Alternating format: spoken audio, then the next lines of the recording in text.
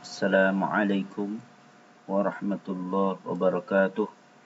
Pada kesempatan kali ini saya ingin menyampaikan tentang kebijakan fiskal pada masa Umar bin. Jadi kita tahu bahwa Umar bin Khattab ini adalah khalifah kedua dalam kekhalifahan Islam. Jadi kekhalifahan Islam itu ada Khulafaur Rasyidin, itu ada 4. Yang pertama Abu Bakar, yang kedua Umar bin Khattab, yang ketiga Utsman bin Affan, yang keempat Ali bin Abi Thalib. Pada masa Umar ini ada beberapa kebijakan fiskal, kebijakan kenegaraan yang diambilnya. Kita lihat kebijakan fiskal apa saja.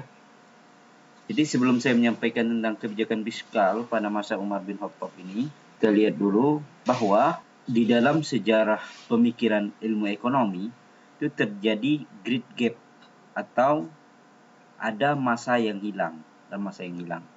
Kita lihat Joseph Schumpeter mengatakan great gap dalam sejarah pemikiran selama 500 tahun. Itulah yang dikenal dengan masa kegelapan. Kegelapan ini merupakan kegelapan di dunia barat, tapi keemasan di masa Islam. Kemudian pemikir ekonomi pertama kali timbul di Yunani kuno, ya, dan bangkit kembali di abad ke-13 Masehi di tangan pemikir skolastik Thomas Aquinas.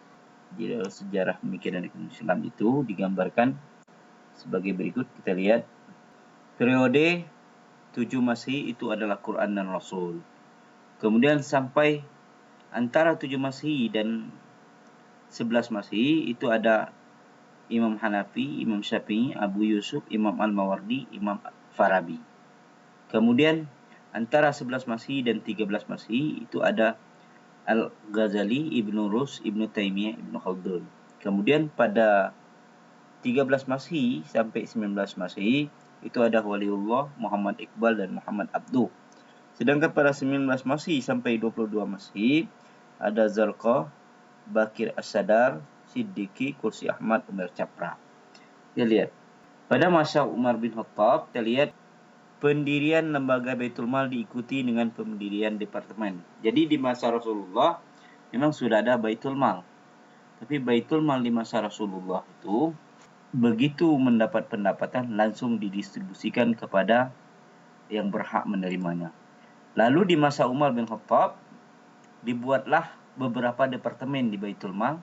Ada departemen militer, kemudian departemen kehakiman dan eksekutif, kemudian ada departemen pendidikan dan pengembangan Islam, kemudian ada departemen jaminan sosial. Jadi ada 4 departemen.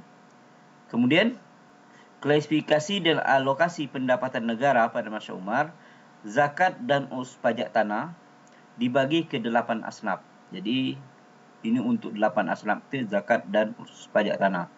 Kemudian pendapatan khum dan sedekah dibagi kepada mereka yang mencari kesejahteraan, ya.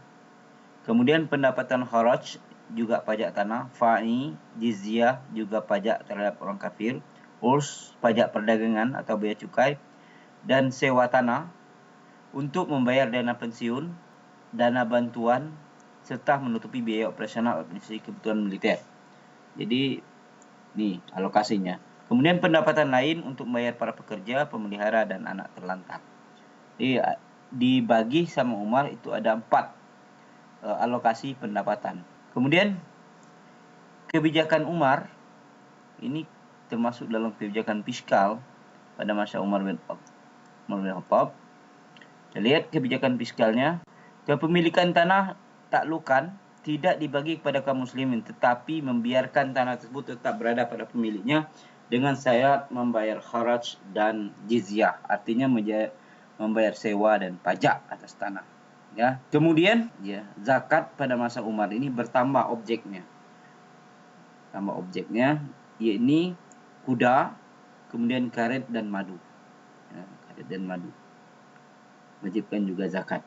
Kemudian urus pajak perdagangan bagi yang jadi pemberlakuan bea cukai bagi yang masuk wilayah kekuasaan Islam.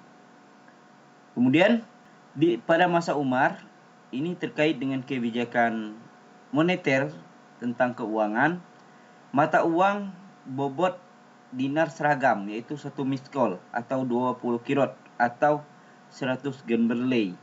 Sedangkan dirham sebanyak 14 kirot atau 70 grain barley. Mungkin itu yang bisa saya sampaikan, lebih kurang saya mohon maaf. Wallahul muwaffiq ila aqwamit thoriq. Wassalamualaikum warahmatullahi wabarakatuh.